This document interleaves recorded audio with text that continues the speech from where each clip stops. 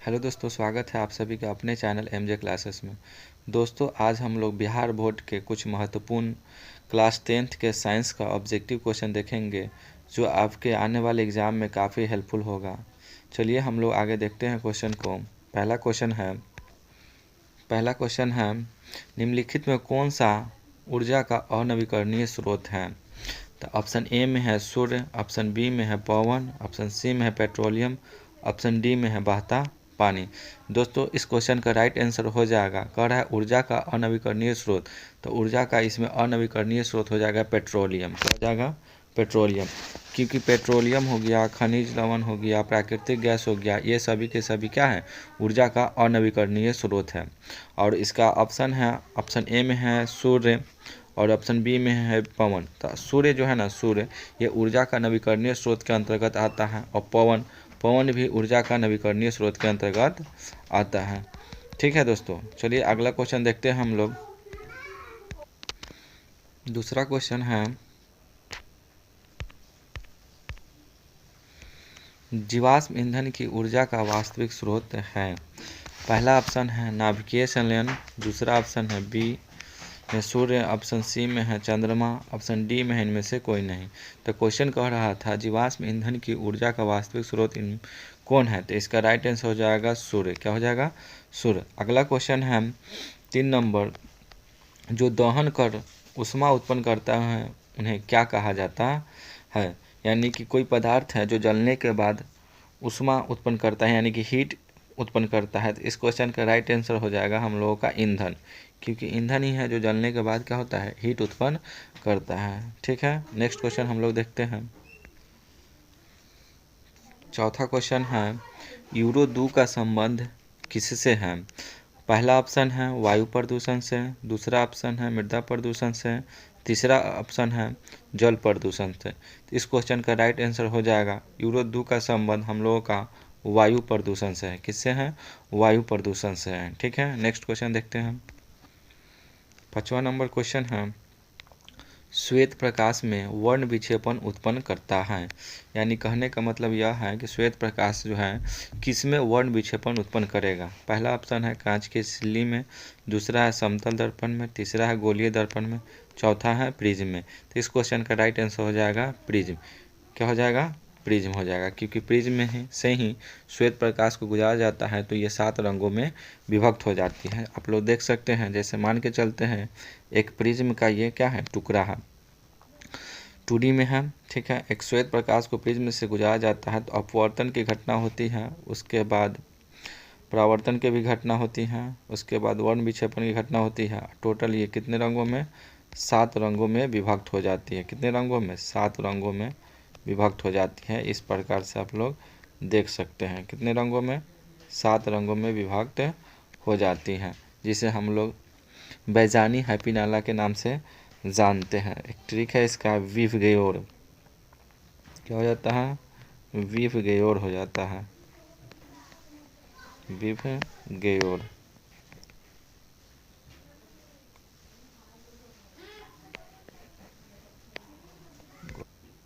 इस क्वेश्चन को हम लोग एक प्रिज्म की सहायता से देख सकते हैं कि जब एक प्रिज्म से श्वेत प्रकाश को गुजारा जाता है तो ये 7 रंगों में विभक्त हो जाती है, जिसको हम लोग एक ट्रिक की मदद से जान सकते हैं। इसका ट्रिक होता है विब्जियोर।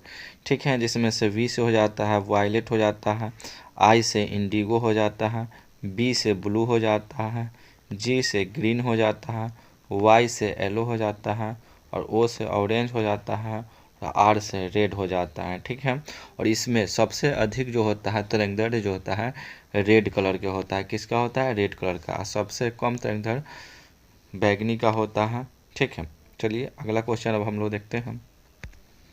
अगला क्वेश्चन है हम लोगों का 6 नंबर, सौर ऊर्जा को सीधे विद्युत ऊर्जा में बदलने वाली युक्ति को क्या कहते हैं। पहला ऑप्शन है डेनियल सेल, दूसरा है लैप्लांसे सेल, तीसरा है सौर सेल। तो इस क्वेश्चन का राइट आंसर हम लोगों का हो जाएगा ऑप्शन सी, यानी कि सौर सेल। क्या हो जाता है? हो जाएगा सौर सेल हो जाएगा। कि और सौर सेल को इंग्लिश में हम लोग फोटोवोल्टिक सेल कहा जाता है। क्या कहा जाता है? Photovoltaic cell. ठीक है, याद रखिएगा।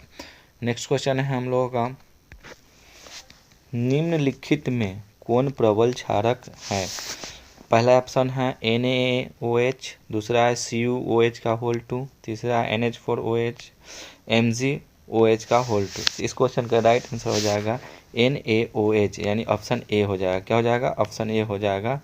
राइट आंसर ऑप्शन ए हो जाएगा, क्योंकि यही है प्रबल क्षारक। प्रबल क्षारक के अंतर्गत और भी आते हैं, जिसे हम लोग जान सकते हैं। सोडियम हाइड्रोक्साइड तो है ये है, उसके अलावा हो जाता है पोटेशियम हाइड्रोक्साइड। क्या हो जाता है? Potassium hydroxide. उसके अलावा हम लोग देख सकते हैं एक और हो जाता है CaOH का होल 2, यानी कि कैल्शियम हाइड्रोक्साइड। इसे हम लोग बूझा चूना के नाम से भी जानते हैं। ठीक है दोस्तों, अगला क्वेश्चन देखते हैं हम लोग। क्वेश्चन नंबर 8, शुष्क बर्फ का रासायनिक सूत्र क्या है? ठीक है, ऑप्शन ए में है कार्बन मोनोऑक्साइड, ऑप्शन बी में है कार्बन डाइऑक्साइड, ऑप्शन सी में है H2 यानी जल, और ऑप्शन डी में है H2O2 यानी हाइड्रोजन पेरोक्साइड। इसका राइट आंसर हो जाएगा CO2। क्या हो जाएगा? CO2, क्योंकि इसी को हम लोग क्या कहते हैं? ड्राई आइस कहा जाता है। CO2 को हम लोग ड्राई आइस कहते हैं, यानी कि कार्बन डाइऑक्साइड को। नेक्स्ट क्वेश्चन है, रक्त का लाल रंग निम्न में से किस प्रोटीन की उपस्थिति के कारण होता है? यानी कहने का मतलब यह चाह रहा है क्वेश्चन कि रक्त का लाल जो रंग है वो किसके कारण होता है? ऑप्शन ए में है हिपेरिन, ऑप्शन बी में हीमोग्लोबिन है, ऑप्शन सी में थ्रोम्बिन है, ऑप्शन डी में फाइब्रिनोजेन है। इस क्वेश्चन का राइट आंसर हो जाएगा हीमोग्लोबिन, क्योंकि हम लोग जानते हैं हीमोग्लोबिन के कारण ही क्या होता है? रक्त लाल होता है। और ब्लड, रक्त यानी ब्लड, ब्लड के बारे में तो चार फैक्ट जान लेते हैं। ब्लड जो है क्या है? तरल संयोजी ऊतक है। तरल संयोजी ऊतक है, यानी कि ये टिश्यू है। क्या है? टिश्यू है। और ब्लड का पीएच मान जो होता है, पीएच मान जो होता है 7.4 होता है। और ब्लड को हम लोग क्या कर सकते हैं? क्षार कर सकते हैं। क्या कर सकते हैं? क्षार, क्योंकि इसका पीएच मान कितना है? 7 से अधिक है। ठीक है, नेक्स्ट क्वेश्चन देखते हैं हम लोग। 10 नंबर क्वेश्चन है, कह रहा है क्लोरोफिल वर्णक का रंग कैसा होता है? ऑप्शन ए में है काला, ऑप्शन बी में है पीला, ऑप्शन सी में है नीला, ऑप्शन डी में है हरा। इस क्वेश्चन का राइट आंसर हो जाएगा ऑप्शन डी, हरा। क्लोरोफिल का रंग कैसा होता है? हरा होता है। ठीक है, अगला क्वेश्चन है 11 नंबर क्वेश्चन कह रहा है दांतों का कठोरतम भाग कौन सा है? तो दांतों का कठोरतम भाग दोस्तों हो जाता है, क्या हो जाता है? एनामेल। क्या हो जाता है? एनामेल। याद रखिए, दांतों का सबसे कठोरतम भाग एनामेल है। कुछ इसके बारे में इंपॉर्टेंट फैक्ट जान लेते हैं। दांत जो है मनुष्य के पूरे जीवन काल में टोटल जो होते हैं कितने होते हैं? 52 होता है, जिसमें से मिल्क टीथ यानी कि दूध का दांत जो होता है 20 होता है, और अस्थाई दांत होता है जो कितना होता है? 32 होता है। ये जो होता है 20 दांत होते हैं अस्थाई होते हैं, और ये जो होते हैं अस्थाई होते हैं। और ये जो अस्थाई दांतें हैं टोटल 4 प्रकार की होती है। कितने प्रकार की? 4 प्रकार की दांतें होती हैं। सबसे इसमें पहला होता है इंसीजर होता है, केनाइन होता है, मोलर होता है, प्री मोलर होता है। ठीक है दोस्तों, ये 4 प्रकार। नेक्स्ट क्वेश्चन है हम लोगों का 12 नंबर, जो कह रहा है थायरोक्सिन हार्मोन के संश्लेषण में किसका होना आवश्यक है? ऑप्शन ए में है क्लोरीन, ऑप्शन बी में आयोडीन, ऑप्शन सी में है मैग्नीज, ऑप्शन डी में है आयरन। तो थायरोक्सिन हार्मोन के संश्लेषण के लिए सबसे ज़्यादा जो जरूरत होता है आयोडीन, क्योंकि बिना आयोडीन के हम लोगों के शरीर में थायरोक्सिन हार्मोन का निर्माण नहीं हो सकता है। और एक बात और जान लेते हैं, आयोडीन की कमी से मनुष्य में घेघा रोग होता है। कौन सा रोग होता है? घेघा रोग। याद रखिएगा, घेघा रोग। चलिए नेक्स्ट क्वेश्चन देखते हैं। अगला क्वेश्चन है हम लोगों का क्वेश्चन नंबर 13 है, कह रहा है कि अपघटक का उदाहरण इनमें से कौन सा है? ऑप्शन ए में दिया हुआ है गाय, ऑप्शन बी में कवक, ऑप्शन सी में बाघ, ऑप्शन डी में घास। तो इस क्वेश्चन का राइट आंसर हो जाएगा ऑप्शन नंबर बी, यानी कि कवक। कवक क्या है? अपघटक है। याद रखिएगा दोस्तों। ठीक है, इसमें से कुछ ऑप्शन को हम लोग देख लेते हैं। घास जो है, घास ये आ जाता है उत्पादक में। किस में आ जाता है? उत्पादक में आ जाता है। याद रखिएगा। उसको बाद गाय, गाय जो है शाकाहारी में आ जाता है, प्रथम श्रेणी के उत्पादक में आ जाता है। ठीक है, और यहाँ से बाघ जो है, बाघ ये आ जाता है मांसाहारी में, यानी कि ये तृतीय श्रेणी में आ जाता है। कौन सी श्रेणी में? तृतीय श्रेणी में आ जाता है। याद रखिएगा। चलिए दोस्तों देखते हैं next question. Question number 14 question कर रहा है पृथ्वी पर ऊर्जा का मुख्य स्रोत क्या है, यानी कि पृथ्वी पर ऊर्जा का मेन सोर्सेज जो है वो कौन सी है। यानी कि ऑप्शन ए में है कोयला, ऑप्शन बी में लकड़ी, ऑप्शन सी में पानी, ऑप्शन डी में सूर्य। तो पृथ्वी पर ऊर्जा का जो मुख्य स्रोत है वो है सूर्य है, क्योंकि बिना सूर्य के हम लोग किसी प्रकार का ऊर्जा का निर्माण नहीं कर सकते हैं। सूर्य ही है जिससे हम लोगों को क्या मिलती है, ऊर्जा मिलती है और हमारे दिनचर्या का कार्य पूरा होता है। ठीक है दोस्तों, अगला क्वेश्चन देखते हैं हम। क्वेश्चन कह रहा है निम्नलिखित में कौन सा पर्यावरण का हिस्सा है, यानी कि पर्यावरण के हिस्सा के बारे में पूछ रहा है। ऑप्शन ए में दिया हुआ है वायुमंडल, ऑप्शन बी में जलमंडल, ऑप्शन सी में स्थल मंडल और ऑप्शन डी में इनमें से सभी। तो इस क्वेश्चन का राइट आंसर हो जाएगा ऑप्शन नंबर डी, इनमें से सभी, क्योंकि वायुमंडल, जलमंडल, स्थल मंडल ये तीनों के तीनों जो है पर्यावरण का हिस्सा है। दोस्तों यहाँ पे कुछ क्वेश्चन हम लोग देख लेते हैं, ऑप्शन देख लेते हैं। ऑप्शन ए में कह रहा है वायुमंडल। तो ये जो वायुमंडल है इस पृथ्वी के ऊपरी भाग को हम लोग क्या कहते हैं, वायुमंडल कहते हैं। पूरे वायुमंडल को 5 परतों में बांटा गया है। मान लेते हैं हम कि क्या है, पृथ्वी है, याद रखिएगा क्या है, पृथ्वी। और पृथ्वी के ऊपर जो होता है पूरे के पूरे आसमान तक वायुमंडल का हिस्सा है। पहला एक हिस्सा हो गया, दूसरा हिस्सा, तीसरा हिस्सा, चौथा हिस्सा और बाहर का हिस्सा जो होता है 5वां हिस्सा होता है, जिसे हम लोग क्षोभ मंडल कहते हैं। पहला वाला को क्या कहते हैं, क्षोभ मंडल कहा जाता है, याद रखिएगा, क्षोभ मंडल। उसके बाद आता है समताप मंडल, समताप मंडल। उसके बाद आता है मध्य मंडल, मध्य मंडल, याद रखिएगा, मध्य मंडल। उसके बाद आ जाता है आयन मंडल, आयन मंडल। और सबसे लास्ट हो जाता है बहिर्मंडल, बहिर्मंडल, याद रखिएगा, कौन सी मंडल, वायुमंडल। यानी कि वायुमंडल को पूरे 5 परतों में बांटा गया है, क्षोभ मंडल, समताप मंडल, मध्य मंडल, आयन मंडल और बहिर्मंडल। ठीक है, इसको याद रखिएगा दोस्तों। चलिए नेक्स्ट क्वेश्चन अब हम लोग देख लेते हैं। अगला क्वेश्चन है 16 नंबर। क्वेश्चन कह रहा है एक वन पारिस्थितिकी तंत्र में कितने पोषी स्तर होते हैं। तो इस क्वेश्चन का राइट आंसर हो जाएगा ऑप्शन नंबर 4। क्या हो जाएगा, ऑप्शन नंबर 4। ठीक है, याद रखिएगा। नेक्स्ट क्वेश्चन है, नेक्स्ट क्वेश्चन है हम लोगों का क्वेश्चन नंबर 17। क्वेश्चन कह रहा है अभिक्रिया जिसमें आयनों का आदान प्रदान होता है। कहने का मतलब वह अभिक्रिया जिसमें आयनों का क्या होता है, आदान प्रदान होता है, वह अभिक्रिया कौन सी अभिक्रिया कहलाती है। तो राइट आंसर हो जाएगा इस क्वेश्चन का द्विविस्थापन अभिक्रिया। क्या हो जाएगा, द्विविस्थापन अभिक्रिया, क्योंकि इसमें आयनों का क्या होता है, एक्सचेंज होते रहता है। ठीक है, अगला क्वेश्चन है हम लोगों का, नेक्स्ट क्वेश्चन है हम लोगों का निम्नलिखित में कौन सी समीकरण संतुलित नहीं है। याद रखिएगा दोस्तों, क्वेश्चन कर रहा है इनमें से जो 4 को समीकरण दिया हुआ है इनमें से कौन सी समीकरण संतुलित नहीं है, उसी को हम लोग देखेंगे। तो पहला ऑप्शन हम लोग चेक करते हैं, इसमें जो है हाइड्रोजन 4 गो है, ऑक्सीजन 2 गो है, और इधर भी हाइड्रोजन 4 गो है और ऑक्सीजन 2 गो। तो ये हमारा समीकरण जो है क्या है, संतुलित है। दूसरा है इसमें पोटेशियम 2 गो और 3 दूनी 6 गो है, इधर भी पोटेशियम इधर 2 गो हो गया। क्लोरीन 2 गो है, ठीक है, यहाँ पे भी क्लोरीन 2 गो है, ठीक है, और ऑक्सीजन हो गया 2 तिहाई 6, इधर भी 3 दूनी 6। ये भी समीकरण क्या है, संतुलित है। अब अगला ऑप्शन चेक कर लेते हैं, इसमें हाइड्रोजन 2 गो है, इधर भी हाइड्रोजन 2 गो है, यहाँ पे क्लोरीन 2 गो है, यहाँ पे भी क्लोरीन 2 गो, ये भी क्या है, समीकरण संतुलित है। अगला ऑप्शन चेक कर लेते हैं, ये इसमें है ये जो Pb है सिंगल, और यहाँ पे भी है, ठीक है, कोई दिक्कत नहीं है। यहाँ पे नाइट्रोजन 1 गो है और इसमें 2 से गुना हुआ है तो नाइट्रोजन यहाँ पे 2 गो है, ठीक है, लेकिन यहाँ पे नाइट्रोजन 1 ही गो। तो ये जो समीकरण है संतुलित नहीं है, क्या है, असंतुलित है। इस क्वेश्चन का राइट आंसर हो जाएगा ऑप्शन नंबर डी। ठीक है दोस्तों, नेक्स्ट क्वेश्चन है हम लोगों का क्वेश्चन नंबर 19। क्वेश्चन कर रहा है किसी भी उदासीन विलयन का पीएच मान क्या होगा। यानी कि ऑप्शन ए में दिया हुआ है 0, ऑप्शन बी में है 4, ऑप्शन सी में है 7, ऑप्शन डी में है 14। इस क्वेश्चन का राइट आंसर हो जाएगा हम लोगों का 7। ठीक है दोस्तों, कुछ हम लोग पीएच स्केल के बारे में थोड़ा सा जान लेते हैं। पीएच स्केल की खोज सोरेनसन ने किया था। किसने किया था, सोरेनसन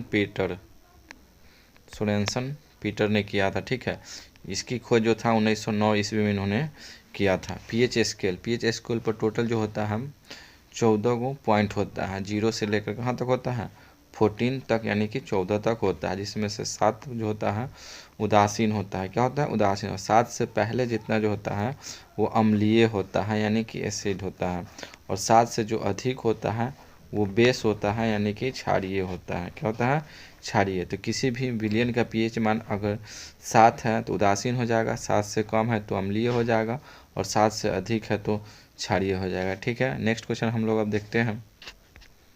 अगला क्वेश्चन हम लोगों का 20 नंबर है, कह रहा है निम्नांकित में से प्राकृतिक सूचक कौन सा है।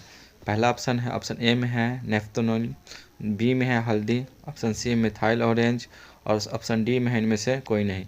इस क्वेश्चन का राइट आंसर हो जाएगा हम लोगों का हल्दी, क्योंकि हल्दी क्या है एक प्राकृतिक सूचक है। ठीक है दोस्तों, अगला क्वेश्चन है क्वेश्चन नंबर 21। क्वेश्चन कह रहा है धोबिया सोडा का रासायनिक सूत्र क्या है। इसी को हम लोग धोवन सोडा कहते हैं। क्या कहते हैं धोवन सोडा, याद रखिएगा धोवन सोडा। ठीक है, चलिए देखते हैं क्वेश्चन। क्वेश्चन का ऑप्शन ए में कह रहा है Na2CO3 into 7H2O, option B में कह रहा है Na2CO3 into 5H2O, option C में है Na2CO3 into 10H2O, option D में है Na2CO3 इंटू H2O। इस क्वेश्चन का राइट आंसर हम लोगों का हो जाएगा option number C, Na2CO3 into 10H2O। ठीक है, नेक्स्ट क्वेश्चन है क्वेश्चन नंबर 22। कह रहा है निम्नांकित में से कौन विजातीय यौगिक है। ऑप्शन ए में है खड़िया, ऑप्शन बी में है चूना पत्थर, ऑप्शन सी में है संगमरमर, ऑप्शन डी में है प्लास्टर ऑफ पेरिस। इस क्वेश्चन का राइट आंसर हो जाएगा प्लास्टर ऑफ पेरिस। क्या हो जाएगा प्लास्टर ऑफ पेरिस। ठीक है, नेक्स्ट क्वेश्चन देखते हैं। नेक्स्ट क्वेश्चन है सबसे कठोर प्राकृतिक पदार्थ कौन सी है। यानी कि कह रहा है कि सबसे कठोर प्राकृतिक में पाई जाने वाली सबसे कठोर पदार्थ कौन सी है। ऑप्शन ए में है लोहा, ऑप्शन बी में सोना, ऑप्शन सी में चांदी, ऑप्शन डी में है हीरा। तो सबसे कठोर प्राकृतिक में पाए जाने वाला पदार्थ जो है वो है हीरा। तो इस क्वेश्चन का राइट आंसर हो जाएगा ऑप्शन नंबर डी। ठीक है, नेक्स्ट क्वेश्चन देखते हैं हम। Question number 24। क्वेश्चन कर रहा है निम्नांकित में से कौन सा आयन लाल लिटमस पत्र को नीला कर देता है। लाल लिटमस पत्र को नीला कर देता है। ठीक है, तो इसको जानने से पहले इसके बारे में थोड़ा सा जान लेते हैं, अम्ल और क्षार के बारे में। अम्ल यानी एसिड और बेस के बारे में। एसिड जो है नीले लिटमस पत्र को लाल कर देता है, नीला लिटमस पत्र को नीला को लाल में बदल देता है। ठीक है, और क्षार जो होता है बेस, ये जो होता है लाल को नीला में बदलता है, लाल को नीला में चेंज कर देता है। याद रखिएगा लाल को नीला में चेंज कर देता है। क्वेश्चन अब हम लोग कह रहा है कि लाल लिटमस पत्र को नीला कर देता है, तो लाल को नीला कौन कर रहा है, लाल को नीला कर रहा है बेस यानी क्षार। अब हम लोग देखते हैं ऑप्शन में कि क्षारीय प्रकृति का कौन सा है। ऑप्शन ए में है H plus ion, option B में है OH आयन, ऑप्शन सी में है O2 आयन। ठीक है, तो इस क्वेश्चन का राइट आंसर हम लोगों का हो जाएगा OH आयन। ठीक है, ऑप्शन बी हो जाएगा, क्योंकि अम्ल जो है अम्ल जल में घुलकर H प्लस आयन प्रदान करता है, और क्षार जो होता है जल में घुलकर OH आयन प्रदान करता है। इसलिए इस क्वेश्चन का राइट आंसर हो जाएगा option number B. Next question देखते हैं। अगला क्वेश्चन है क्वेश्चन नंबर 25। क्वेश्चन कह रहा है फल पकाने वाला हार्मोन कौन सा है। ऑप्शन ए में है एथिलीन, ऑप्शन बी में ऑक्सिन, ऑप्शन सी में जिब्रेलिन, ऑप्शन डी में है साइटोकाइनिन। तो इस क्वेश्चन का राइट आंसर हो जाएगा हम लोगों का एथिलीन। क्या हो जाएगा एथिलीन, क्योंकि एथिलीन को हम लोग फल पकाने वाला हार्मोन कहते हैं। दोस्तों यहाँ से कुछ फैक्ट है जो जान लेते हैं पादप हार्मोन के बारे में। किसके बारे में, पादप हार्मोन के बारे में। ठीक है, पादप हार्मोन जो है टोटल ये 5 प्रकार के होते हैं। कितने प्रकार के होते हैं 5। पहला होता है एथिलीन हो गया। ठीक है, दूसरा हम लोगों का हो जाएगा ऑक्सिन, यहीं से लिख देते हैं। दूसरा क्या हो जाएगा ऑक्सिन, तीसरा हो जाएगा जिब्रेलिन्स, चौथा हो जाएगा साइटोकाइनिन, और पांचवा जो होता है पांचवा हो जाता है एब्सिसिक एसिड। एब्सिसिक एसिड होता है। एसिड होता है। ये पांचों हार्मोन जो है क्या है, पादप हार्मोन है। पांचों हार्मोन जो है पौधे का अलग अलग कार्य करता है, जिसमें से क्वेश्चन हम लोग कह रहा था फल पकाने वाला हार्मोन कौन है, तो हम लोगों का राइट आंसर ये हो जाएगा एथिलीन। एक ऐसा हार्मोन है जो फल पकाने में काम आता है। ये गैसीय अवस्था में पाए जाने वाले हार्मोन है। ठीक है दोस्तों, अगर आपको ये वीडियो अच्छा लगा होगा तो लाइक कीजिएगा, सब्सक्राइब कीजिएगा और वीडियो को शेयर जरूर कीजिएगा। इसी तरह अगला सेशन को लेकर के हम आएंगे और आपके एग्ज़ाम के पॉइंट ऑफ व्यू से काफ़ी ये क्या हो जाएगा, इम्पोर्टेंट होगा। ठीक है दोस्तों, मिलते हैं नेक्स्ट वीडियो में। धन्यवाद।